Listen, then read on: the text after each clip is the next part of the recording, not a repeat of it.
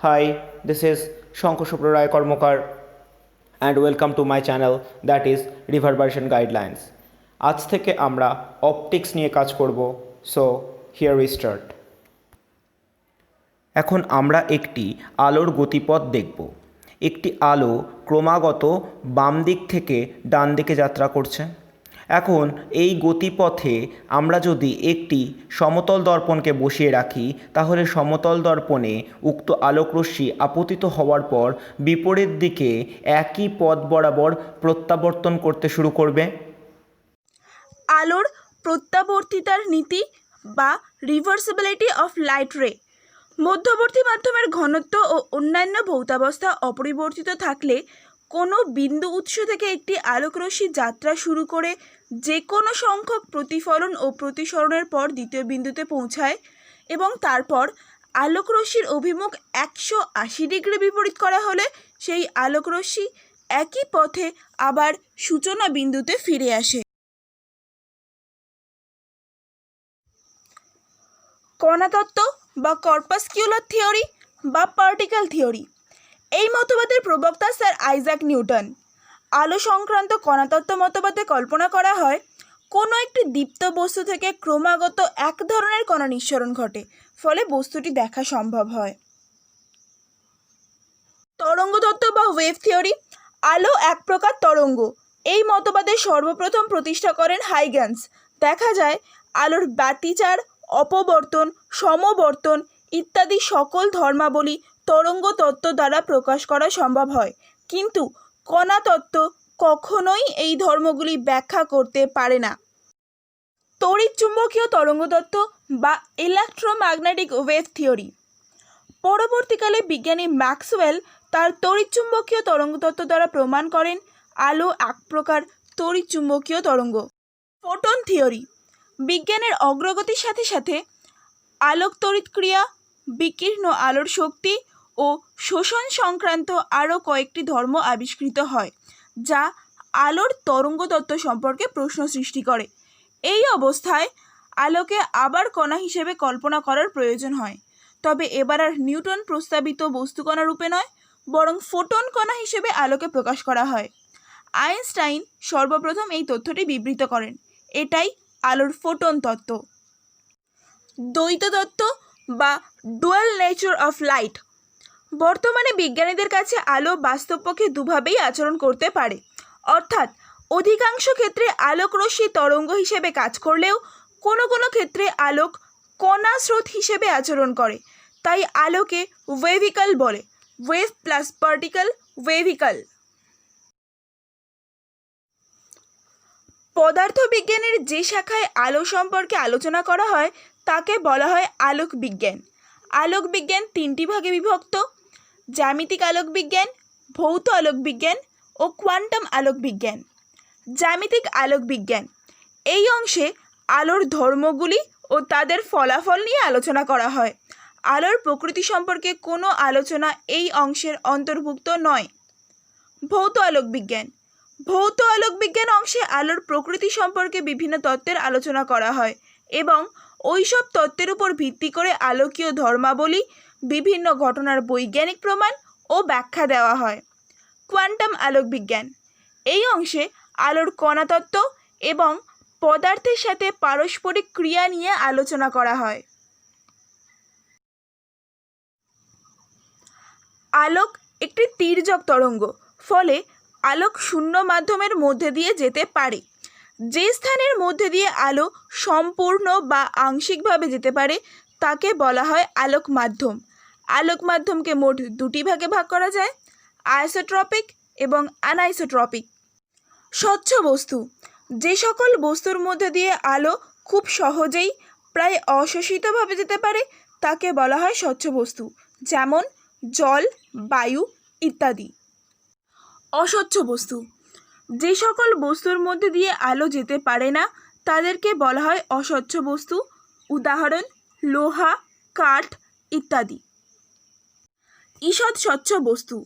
যে সকল বস্তু স্বচ্ছ এবং অস্বচ্ছ বস্তুর মাঝামাঝি, অর্থাৎ যাদের মধ্যে দিয়ে আলো আংশিকভাবে যেতে পারে তাদেরকে বলা হয় ঈষৎ স্বচ্ছ বস্তু, যেমন তৈলাক্ত কাগজ।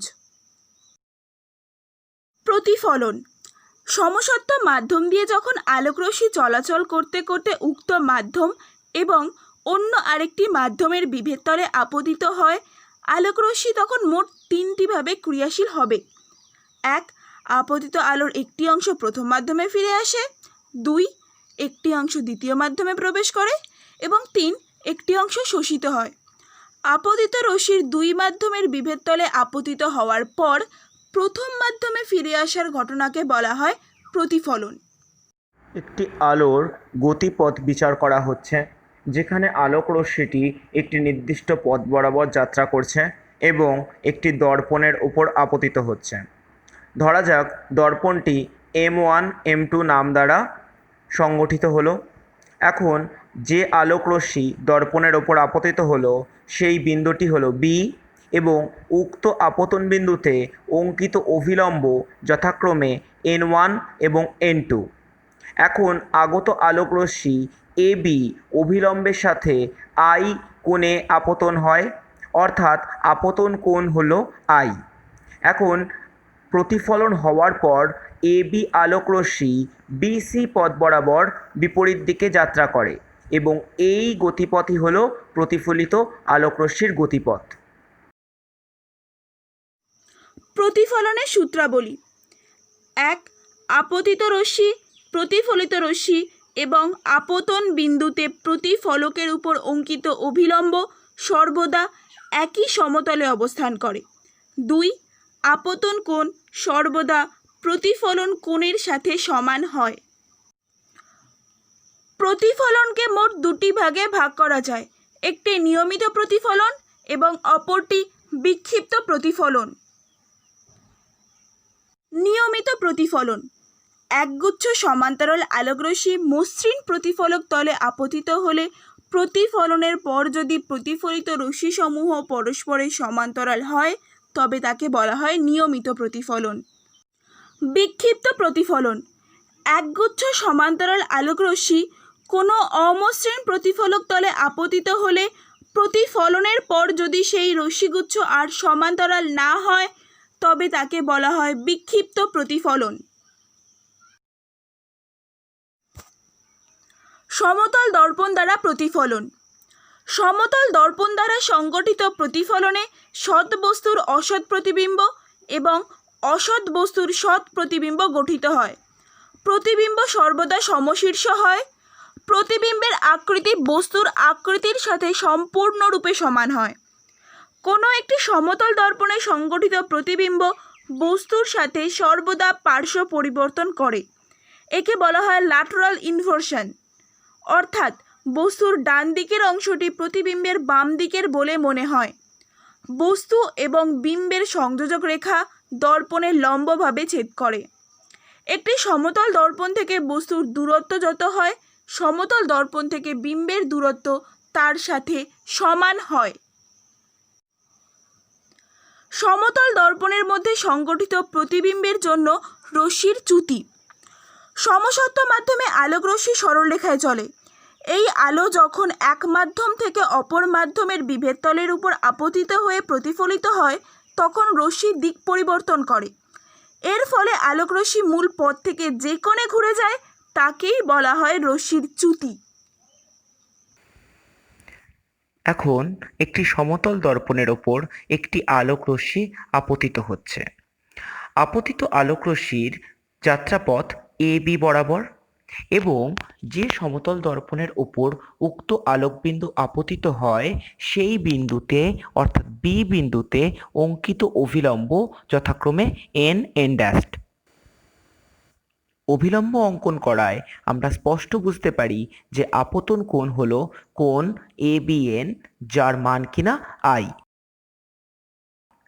এখন দর্পণ না থাকলে আলোক রশ্মির প্রকৃত যাত্রাপথ হতো AD বরাবর, অর্থাৎ B বিন্দুতে আলোক রশ্মি আপতিত না হলে তা সম্পূর্ণরূপে D বিন্দু বরাবর চলতে আরম্ভ করত। কিন্তু যেহেতু দর্পণ আছে সেহেতু আলোক রশ্মি B বিন্দুতে আপতিত হওয়ার পর বিপরীত অভিমুখে প্রতিফলিত হয়, অর্থাৎ যাত্রাপথ হয় BC বরাবর।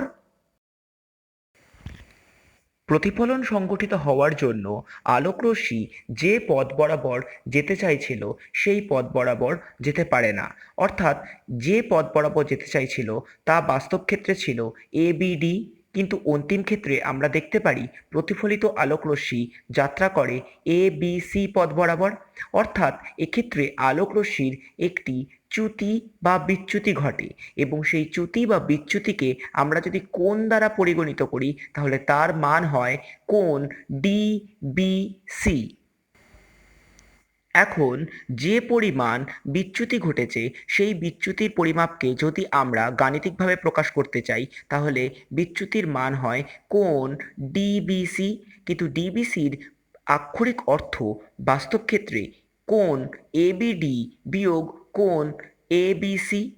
এখন কোণ এবিডি বাস্তবপক্ষে একটি সরল কোণ অর্থাৎ 180 ডিগ্রি, এবং আমরা জানি কোণ এবিসি বাস্তব ক্ষেত্রে দুটি কোণের সমষ্টি যা কিনা এবিএন এবং এনবিসির সমষ্টি। এখন আমরা প্রতিফলনের সূত্র থেকে জানি যে আপতন কোণ এবং প্রতিফলন কোণ সর্বদা সমান হয়, অর্থাৎ কোণ এবিএন এবং এনবিসি অবশ্যই সমান। অর্থাৎ আমরা যদি বিচ্যুতির মান বের করতে চাই অর্থাৎ কোণ ডিবিসি সমান সমান হবে 180 ডিগ্রি মাইনাস 2i। সো একটি দর্পণের জন্য যদি আমাদের আলোকরশ্মি বিচ্যুতি বা চ্যুতি নির্ণয় করতে হয় তাহলে আমরা আগের স্লাইড অবধি দেখলাম যে এই আলোকরশ্মির চ্যুতি বা বিচ্যুতি হবে এই কোণটি, এবং এই কোণটিকে আমি ডেল দিয়ে লিখব এবং ডেলের মান হবে 180 ডিগ্রি মাইনাস 2i, কারণ আমরা জানি আপতন কোণ i এবং প্রতিফলন কোণ r প্রত্যেকের মান সমান, অর্থাৎ i সর্বদা r এর সাথে সমান হবে। এখন আমরা একটি দর্পণ না ধরে আমরা পরপর দুটি দর্পণ ধরব, অর্থাৎ দুটি দর্পণ এমন করে আছে যাতে একটি আলোকরশ্মি প্রথম দর্পণে আপতিত হলে তা প্রতিফলিত হয়ে অবশ্যই দ্বিতীয় দর্পণ স্পর্শ করবে। এখন সেরকম একটি ক্ষেত্রে আমরা এই আলোকরশ্মির মোট চ্যুতি নির্ণয় করব। ক্লিয়ার? ধরা যাক আমাদের কাছে যে দুটি দর্পণ আছে তার মধ্যে একটি দর্পণ আছে এখানে যার নাম M1 M2, এবং আরেকটি দর্পণ এই দর্পণের সাথে একটি কোণ করে সারিত আছে যার নাম M1 M3। এখন একটি আলোকরশ্মির যাত্রাপথ আমরা দেখব। ধর একটি আলোকরশ্মি এই বিন্দু বরাবর আগত হলো, তাহলে যদি কোনো একটি আলোকরশ্মি এই বিন্দু বরাবর আগত হয় তাহলে এই দর্পণের ওপর আমি একটি লম্ব আঁকবো, এবং লম্ব আঁকা মানে আমরা এখানে অভিলম্ব এঁকে ফেললাম। তো প্রথম ক্ষেত্রে আমার অভিলম্বের নাম আমি দিলাম N1 N2। ক্লিয়ার? এখন এই অভিলম্বের সাথে আগত আলোকরশ্মি যে কোণ করে তাই হলো আমাদের জন্য আপতন কোণ, অর্থাৎ ধরে নে আপতন কোণ I1, তাহলে এই রশ্মিটা কি হবে? প্রতিফলিত হবে, এবং অবশ্যই যে কোণে প্রতিফলিত হবে তার মান হবে I1, কারণ আমরা জানি আপতন কোণ এবং প্রতিফলন কোণ সর্বদা সমান হয়। এখন দেখ দ্বিতীয় দর্পণে যখন আলোকরশ্মিটি আপতিত হলো তখন দ্বিতীয় দর্পণে আরেকটি অভিলম্ব আঁকতে হবে, এবং এই অভিলম্বের মান আমি ধরে নিচ্ছি N3 N4, এবং দ্বিতীয় দর্পণে যে কোণে আপতিত হবে তার মান ধরে নে I2, অর্থাৎ এই কোণটির মান I2। এখন এই I2 কোণে যদি কোনো আলোকরশ্মি আপতিত হয় তাহলে এই আলোকরশ্মি আবার একই কোণে বাইরের দিকে বেরিয়ে যাবে, অর্থাৎ এই কোণটিও হবে I2। অর্থাৎ একটি আলোকরশ্মি মোট দুটি দর্পণে দুবার প্রতিফলিত হবে এবং চূড়ান্ত অবস্থায় এই রকম দিক দিয়ে বেরিয়ে যাবে। এখন এই আলোকরশ্মির আমরা মোট চ্যুতি নির্ণয় করব। ক্লিয়ার? এখন সবার প্রথমে মোট চ্যুতি নির্ণয় করতে গেলে আমি প্রথমে M1 M3 দর্পণটাকে ভাববো। তাহলে M1 M3 দর্পণে প্রথম ক্ষেত্রে বিচ্যুতি কত হয়? না, বিচ্যুতি হয় del1, এবং del1 এর মান কত হবে? আমরা জানি একটি দর্পণ দ্বারা বিচ্যুতির মান হয় 180 ডিগ্রি মাইনাস 2i, কিন্তু এক্ষেত্রে i মানে কত? আপতন কোণ I1। আবার যদি এই আলোকরশ্মি দ্বিতীয় দর্পণের ক্ষেত্রে ভাবি তাহলে M1 M2 দর্পণের ক্ষেত্রে বিচ্যুতির মান হবে ডেল টু, এবং ডেল টুর মান কত হবে 180 ডিগ্রি মাইনাস 2i2, কারণ দ্বিতীয় দর্পণের ক্ষেত্রে আপতন কোণের মান হচ্ছে i2। এখন যদি মোট বিচ্যুতির মান আমরা নির্ণয় করতে চাই তাহলে আমরা কি করব, দুটো বিচ্যুতিকে সমষ্টি বের করব। তাহলে মোট বিচ্যুতি কি হবে, ডেল 1 প্লাস ডেল 2। আচ্ছা, ডেল 1 এর মান কত 180 ডিগ্রি মাইনাস 2i1, আর ডেল 2 এর মান কত 180 ডিগ্রি মাইনাস 2i2। তাহলে মোট কত হবে 360 degree minus 2i1 minus 2i2। Clear? এবার দেখ 360 ডিগ্রিটাকে আমি রাখলাম আর এখান থেকে মাইনাস 2 কমন নিয়ে নিলাম, উইদিন ব্র্যাকেট পড়ে থাকছে i1 প্লাস i2। ক্লিয়ার? এবার খুব ভালোভাবে লক্ষ্য কর। এখন ধরে নে দর্পণ দ্বয়ের মধ্যবর্তী কোণ আলফা, অর্থাৎ m1 m2 এবং m1 m3 এই দর্পণ দুটি আলফা কোণে শায়িত আছে। এখন ভালোভাবে বোঝ যে m1 m3 এর উপর n1 n2 অভিলম্ব, তাহলে এই পুরো কোণটি কত, এই পুরো কোণটি 90 ডিগ্রি। এখন যদি পুরো কোণটি 90 ডিগ্রি হয় তাহলে আমি যদি শুধু এইটুকু কোণ বের করি তাহলে এইটুকু কোণ কত হবে 90 ডিগ্রি মাইনাস i1, কারণ আমরা জানি প্রথম ক্ষেত্রে এই কোণটি i1 হিসেবে পরিগণিত হয়েছে। আবার দ্বিতীয় ক্ষেত্রে আমরা জানি m1 m2 দর্পণের উপর n3 n4 অভিলম্ব, তাহলে যদি আমরা এইটুকু কোণ নির্ণয় করি এইটুকু কোণের মান হবে 90 ডিগ্রি মাইনাস i2, কারণ আমরা জানি এই কোণটির মান হচ্ছে i2, আমরা প্রথমেই লিখে এসেছিলাম। তাহলে আমরা যদি একটি ত্রিভুজ কল্পনা করি এই ক্ষেত্রে এবং ত্রিভুজের নাম যদি দেই m1a b, তাহলে এই ত্রিভুজে তিনটি কোণের সমষ্টি কত হবে 180 ডিগ্রি। অর্থাৎ আমরা বলতে পারি alpha plus 90 degree minus i1 plus 90 degree minus i2, এটা মানে 180 ডিগ্রি। তাহলে আলফা ইকুয়াল টু কত হবে i1 প্লাস i2। অর্থাৎ আমি এবার কি করব, এই ইকুয়েশনে গিয়ে গোটা i1 i2 ভ্যালুটাকে সাবস্টিটিউট করে দেব। তাহলে এটা কত হবে 360 ডিগ্রি মাইনাস 2 আলফা, এবং এটিই হবে দুটি সমতল দর্পণ দ্বারা সংগঠিত আলোক রশ্মির মোট বিচ্যুতির মান, যে ক্ষেত্রে আলফা হলো দুটি দর্পণের মধ্যবর্তী কোণ। এখন আমরা যে প্রমাণটা করব তা হলো কোনো একটি সমতল দর্পণ থেকে একটি নির্দিষ্ট দূরত্বে কোনো একটি বস্তু যদি রাখা হয় তাহলে সেই বস্তুর একটি বিম্ব সমতল দর্পণটি তৈরি করবে এবং বিম্বটি অবশ্যই একটি অসৎ বিম্ব তৈরি হবে। এবং যদি এই জাতীয় বিম্ব তৈরি হয় তাহলে আমরা প্রমাণ করব যে কোনো একটি বস্তু তার সমতল দর্পণ থেকে ঠিক যত দূরে থাকবে বস্তুটির বিম্ব সমতল দর্পণ থেকে সমান দূরবর্তী হবে। অর্থাৎ ধরে নে এটা আমার কাছে একটি দর্পণ, আমার কাছে এখানে একটি বস্তু আছে, এখন আমাদের চোখ রাখা আছে এখানে, so this is my eye, আর এখানে বস্তুটাকে আমি ও দিয়ে দিচ্ছি। এখন দেখ এই বস্তু থেকে একটি আলো সমতল দর্পণে এসে এখানে আপতিত হলো এবং এই আপতিত আলোক রশ্মি এই দর্পণে প্রতিফলিত হবে। ধরে নে আপতন কোণ আই, তাহলে প্রতিফলন কোণ কত হবে অবশ্যই আই হবে। এবং মনে রাখতে হবে যে কোনো ক্ষেত্রে আলোক রশ্মির যাত্রাপথে কিন্তু অ্যারো দিতে হবে, অর্থাৎ কোন পথ দিয়ে আলোক রশ্মি যাবে সেই পথটাকে অ্যারো চিহ্ন দিতে হবে, নয়তো প্রত্যেক ক্ষেত্রে নাম্বার ডিডাক্ট হবে। এখন আমরা কখনো চোখ বাঁকা পথ ফলো করতে পারে না, সেই জন্য আমরা কি দেখব, আমরা মনে করব যে এই বস্তু থেকে আগত আলোক রশ্মি এই পথে আসেনি, এসছে এরকম কোন একটি জায়গা থেকে। অর্থাৎ আমরা এই ও বস্তুর বিম্ব এই ও ড্যাশ পয়েন্টে দেখব। এখন আমরা যেটা প্রমাণ করব সেটা হচ্ছে যে যদি একটি অভিলম্ব বস্তু থেকে টানা হয়, ধরে নে এটা হয়ে যাচ্ছে এম, এবং বিম্ব থেকে যদি আরেকটি অভিলম্ব টানা হয় সেটিও এই বিন্দুতেই এসে ছেদ করবে। আমাদের প্রমাণ করতে হবে সেটি হচ্ছে যে ও এম এবং ও ড্যাশ এম সর্বদা সমান হবে।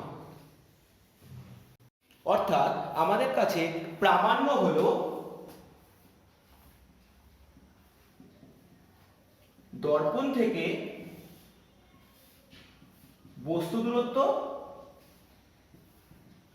সমান সমান দর্পণ থেকে বিম্ব দূরত্ব। মানে আমরা যেটা প্রমাণ করব সেটা হবে O M equal to O dash M. Clear? এখন দেখ আমরা কিছু কনসেপ্ট খুব ভালোভাবে ইউজ করি। দেখ আমরা জানি আপতন কোণ সমান সমান প্রতিফলন কোণ, অর্থাৎ আমি বলতে পারি এই কোণটি যদি আই হয় অবশ্যই এই কোণটি আই হবে। আবার দেখ এই কোণটি যদি আই হয়ে গিয়ে থাকে, আমি এই বিন্দুটিকে এক্স নাম দিলাম, তাহলে অবশ্যই এই কোণটিও আই হবে। ক্লিয়ার আমার কথা? কারণ এটা ভার্টিক্যালি অপোজিট বা বিপরীত কোণ, রাইট? এখন দেখ যদি এই কোণটা আই হয়ে গিয়ে থাকে তাহলে এই দর্পণের ওপর এক্স ড্যাশ ওয়াই ড্যাশ এটি একটি অভিলম্ব ছিল, তাহলে এই কোণটির মান কত হবে? এই কোণটির মান অবশ্যই হবে 90 ডিগ্রি মাইনাস আই, কারণ আমরা ধরেছি আপতন কোণ আই। আবার একইভাবে এটি যদি আই হয়ে গিয়ে থাকে তাহলে এই কোণটির মান কত হবে? 90 ডিগ্রি মাইনাস আই। এখন দেখ আমার কাছে মোট দুটি ত্রিভুজ তৈরি হয়েছে। কোন দুটি ত্রিভুজ? না, একটি ত্রিভুজের নাম হচ্ছে ও এম এক্স ও আরেকটি ত্রিভুজ হচ্ছে এম এক্স ও ড্যাশ। তাহলে এই দুটি ত্রিভুজের মধ্যে আমরা কিছু কম্পেয়ার করব। দেখ M X equal to M X, কারণ কি এরা সাধারণ লব, দুটি ত্রিভুজের জন্যই এটি কমন। ক্লিয়ার? নেক্সট দেখ এম এক্স ও এই কোণটি নাকি এম এক্স ও ড্যাশ এই দুটোর সাথে সমান, কারণ দুটি কোণই নাকি 90 ডিগ্রি মাইনাস আই, আমরা এক্ষুনি প্রমাণ করলাম। আর আমরা আরেকটা জিনিস জানি যে যে কোনো বস্তু এবং বিম্ব থেকে অঙ্কিত অভিলম্ব সবসময় 90 ডিগ্রি হয়, তাহলে আমরা এটি অবশ্যই বলতে পারি যে ও এম এক্স অবশ্যই ও ড্যাশ এম এক্স অর্থাৎ 90 ডিগ্রি হবে। এখন আমরা যেটা প্রমাণ করলাম সেটা অ্যাঙ্গেল সাইড অ্যাঙ্গেল প্রপার্টি বা কোণ বাহু কোণ প্রপার্টি অনুযায়ী এই দুটো ত্রিভুজ কংগ্রুয়েন্ট বা সর্বসম। তাহলে দুটি সর্বসম ত্রিভুজের আমরা যদি সিপিসিটি বা corresponding parts of congruent triangles property use করি, তাহলে আমরা খুব ভালোভাবেই বলতে পারবো যে ও এম সমান সমান ও ড্যাশ এম, অর্থাৎ দর্পণ থেকে বস্তু দূরত্ব সমান সমান দর্পণ থেকে বিম্ব দূরত্ব। ক্লিয়ার? এবং এটি প্রমাণ করবার জন্য একটা জিনিস ব্যবহার করেছি বলা ভালো, যে যে কোনো একটি বস্তু বা বিম্ব থেকে দর্পণের উপর সরলরৈখিক ন্যূনতম দূরত্ব অবশ্যই দর্পণের উপর একটি অভিলম্ব হিসেবে ক্রিয়াশীল হবে। Clear? The last part of the day, এখানে আমরা প্রমাণ করব যে কোনো একটি ব্যক্তিকে দর্পণে তার পূর্ণ প্রতিবিম্ব দেখতে হলে দর্পণটির দৈর্ঘ্য ন্যূনতম পক্ষে ব্যক্তিটির দৈর্ঘ্যের অর্ধেক হতে হবে। অর্থাৎ ধরে নে আমার কাছে একজন ব্যক্তি দাঁড়িয়ে আছে, অর্থাৎ আমার ছবি অনুযায়ী এইটি হচ্ছে একটি ব্যক্তির দৈর্ঘ্য। ধরে নে এই ব্যক্তির দৈর্ঘ্য আমি দুটি বিন্দুকে দিয়ে চিহ্নিত করছি, অর্থাৎ এর মাথাটিকে আমি চিহ্নিত করছি এইচ দিয়ে এবং পাটিকে চিহ্নিত করছি এল দিয়ে। ক্লিয়ার? এখন দেখ যদি এই ব্যক্তির পূর্ণ প্রতিবিম্ব দেখতে হয় তাহলে আমরা জানি বিম্ব দৈর্ঘ্য অবশ্যই বস্তুর দৈর্ঘ্যের সাথে সমান হবে। তাহলে যদি এর বিম্ব ধরে নে এই জায়গায় তৈরি হবে, বিম্বটিকে আমি একটু আগে আঁকলাম কারণ ছবিটিকে বোঝানোর জন্য, তাহলে মাথাটি হবে এইচ ড্যাশে এবং পাটি হবে এল ড্যাশে।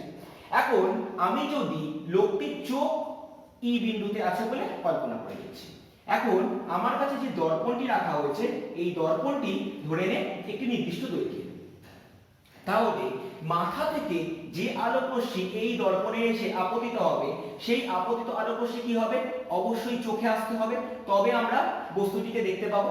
এখন আমাদের চোখ যদি এইখানে হয়ে থাকে তাহলে আমরা কিন্তু কোনোদিন বাঁকা পথ অনুসরণ করতে পারবো না। তাহলে আমরা মনে করব আদৌ মাথার চিহ্নটি আসছে এখান থেকে, অর্থাৎ মাথাটি আছে এইচ ড্যাশ বিন্দুতে, অর্থাৎ আমরা কল্পনা করলাম যে এইচ ড্যাশ বিন্দুতেই আমাদের মাথা আছে, অর্থাৎ আমাদের ওই নির্দিষ্ট বিন্দু থেকে আলোক রশ্মি আসছে, তবেই আমরা ওখানে বিম্ব দেখতে পাচ্ছি বলে এটা আমরা মনে করব।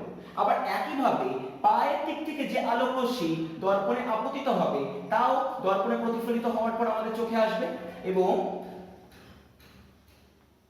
এইভাবে আমাদের যদি চোখে আসে তাহলে আমরা আবার ভাববো যে এই আলোক রশ্মি বাঁকা পথ অনুসরণ না করে এই নির্দিষ্ট বিন্দু থেকে আসছে, অর্থাৎ এল ড্যাশ বিন্দু থেকে আসছে।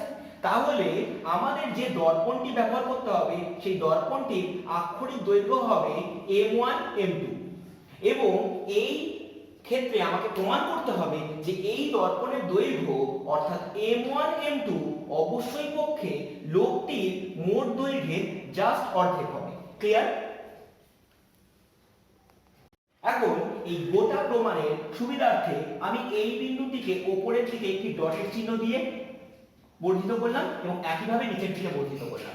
এখন আমি যে কাজটি করছি সেটা হচ্ছে এই বিন্দু থেকে এর উপরে একটি অভিলম্ব অঙ্কন করছি, একইভাবে এখানে একটি অভিলম্ব অঙ্কন করছি, আবার এল থেকে একটি অভিলম্ব অঙ্কন করছি, এখান থেকেও একটি অভিলম্ব অঙ্কন করছি। তাহলে এইগুলি সব 90 ডিগ্রি করে অবশ্যই হবে এবং আমরা আগের বারই জেনে এসেছি যে বস্তু এবং বিম্ব থেকে দর্পণের উপর অঙ্কিত ন্যূনতম দূরত্ব অবশ্যই পক্ষে 90 ডিগ্রি হবে। এবং যদি আমরা এই বিন্দুটিকে এ এবং এই বিন্দুটিকে বি বলে অভিহিত করি তাহলে আমাদের কাছে সবার প্রথমে যে জিনিসটি তৈরি হবে সেই জিনিসটি আমরা একটি ত্রিভুজকে নিয়ে কাজ করব। আমরা একটু আগে একটা জিনিস প্রমাণ করে এসেছি, অর্থাৎ ব্যক্তিটির মাথা এইচ বিন্দুতে ও মাথার বিম্ব এইচ ড্যাশ বিন্দুতে। তাহলে আমরা চোখ বন্ধ করে বলতে পারি এইচ এ অবশ্যই এইচ ড্যাশ এর সাথে সমান, কারণ আমরা জানি কোনো একটি দর্পণ দ্বারা যদি কোনো বিম্ব সংগঠিত হয় তাহলে দর্পণ থেকে বস্তুর যা দূরত্ব হবে দর্পণ থেকে বিম্বের দূরত্ব সেম হবে, তাহলে H A equal to H dash a. Clear আমার কথা? আবার আমরা এটিও বলতে পারি যে এইচ ই অর্থাৎ এই যে দৈর্ঘ্যটি এটি অবশ্যই ভাবে এই পুরো দৈর্ঘ্যের সাথে সমান্তরাল, অর্থাৎ আমরা বলতে পারি যে এটা সমান্তরাল হচ্ছে am2, অর্থাৎ আমি বলছি যে এই দৈর্ঘ্যটা এবং এই দৈর্ঘ্যটা অবশ্যই পক্ষে সমান্তরাল।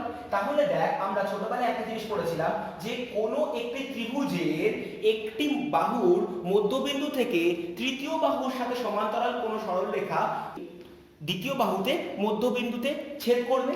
অর্থাৎ আমরা যদি একটা ত্রিভুজ কল্পনা করি যে ত্রিভুজের নাম এইচ ই এইচ ড্যাশ এবং যার কিনা এইচ এইচ ড্যাশ বাহুর মধ্যবিন্দু এ এবং এ এম টু অবশ্যই পক্ষে সমান্তরাল তৃতীয় বাহু যা কিনা এইচ ই, তাহলে আমরা বলতে পারি যে m2 বিন্দুটি অবশ্যই h' e বাহুর মধ্যবিন্দু। অর্থাৎ আমরা বলতেই পারি যে h' m2 সমান সমান e m2। ক্লিয়ার আমার কথা? অর্থাৎ আমরা মধ্যবিন্দুর একটি উপপাদ্য এক্ষেত্রে ব্যবহার করলাম। অর্থাৎ আমরা যেটি লিখতে চাইছি সেটি হচ্ছে যে এই am2 এই দৈর্ঘ্যটি বাস্তবপক্ষে লোকটির he জাস্ট অর্ধেক, অর্থাৎ এইটুকু দৈর্ঘ্য এই তৃতীয় বাহুর ঠিক অর্ধেক হবে, রাইট? এবার চলে আয় দ্বিতীয় ত্রিভুজের ক্ষেত্রে, এবং দ্বিতীয় ত্রিভুজের ক্ষেত্রে আমরা সেম জিনিসই অ্যাপ্লাই করব। অর্থাৎ দ্বিতীয় ত্রিভুজ বলতে আমরা এখানে যেটা বুঝতে পারছি সেটা হচ্ছে এক্ষেত্রে আমাদের জন্য আছে ই এল এল ড্যাশ, ই এল এল ড্যাশ। এই ত্রিভুজের ক্ষেত্রে আমরা অবশ্যই বলতে পারবো যে এল বি সমান সমান বি এল ড্যাশ, অর্থাৎ বি বিন্দুটি মধ্যবিন্দু, আবার এই বাহুর সাথে এই বাহুটি সমান্তরাল, আবার আমরা বলতে পারবো বি এম ওয়ান সমান্তরাল এল ই। তাহলে আমরা অবশ্যই বলতে পারবো যে এক্ষেত্রে m1 বাহুটি l' e বাহুর মধ্যবিন্দু, এবং যদি তাই হয়ে গিয়ে থাকে তাহলে আমরা বলতে পারবো l'(m1) অবশ্যই e(m1) এর সাথে সমান হবে। একইভাবে আমরা আরো একটা জিনিস বলতে পারবো যে এই bm1 অবশ্যই কিনা এই বাহুর অর্ধেক হবে, অর্থাৎ bm1 এইটুকু বাহুর দৈর্ঘ্য হাফ অফ le হবে। ক্লিয়ার আমার কথা? তাহলে যদি আমাদের ক্ষেত্রে এতগুলো জিনিস কনসেপ্ট ক্লিয়ার হয়ে গিয়ে থাকে, তাহলে আমরা এই দুটি মানকে জাস্ট সমষ্টি করব। তাহলে সমষ্টি করলে আমরা কি পাবো না, half of HE plus half of LE, এটা ইকুয়াল টু কত হবে না, এখান থেকে ছিল AM2 আর এখান থেকে তুই পেলি BM1। ক্লিয়ার? অর্থাৎ এই দুটিকে যদি সম্পূর্ণরূপে যোগ করি তাহলে হাফ কমন নিয়ে নিলে উইদিন ব্র্যাকেট পড়ে থাকছে HE প্লাস LE, এটা মানে চলে আসছে AM2 প্লাস BM1। ক্লিয়ার? তাহলে এই HE প্লাস LE বাস্তবপক্ষে HL অর্থাৎ লোকটির পূর্ণ দৈর্ঘ্যকে বোঝাচ্ছে, অর্থাৎ half of HL equal to AM2 plus BM1। Clear? কিন্তু ছবি থেকে একটা জিনিস আমাদের কাছে অত্যন্ত স্পষ্ট যে HL সমান সমান AB হবে। এখন যদি আমরা HL থেকে হাফ অফ HL বাদ দিয়ে দিই তাহলে এদিকেও আমাকে হাফ অফ HL বাদ দিতে হবে। এখন হাফ অফ HL কথার অর্থ আমরা এক্ষুনি দেখে এসেছি, যার মান নাকি AM2 প্লাস BM1। তাহলে যদি আমরা এই মানটি এখানে বসাই অর্থাৎ AB minus AM2 minus BM1, যদি এইটি বসাই তাহলে এটি আমাদের কাছে হয়ে যাবে এই পুরো দৈর্ঘ্য থেকে এইটা আর এইটা বাদ, তাহলে পড়ে থাকবে কত, শুধু M1 M2। এবং এই M1 M2 হচ্ছে বাস্তবপক্ষে দর্পণটির মোট দৈর্ঘ্য, যা কিনা লোকটির মোট দৈর্ঘ্যের ঠিক অর্ধেক। অর্থাৎ এই দর্পণে লোকটির পূর্ণ প্রতিবিম্ব দেখতে গেলে দর্পণের যে ন্যূনতম দৈর্ঘ্য লাগবে তা অবশ্যই লোকটির মোট দৈর্ঘ্যের অর্ধেক হবে।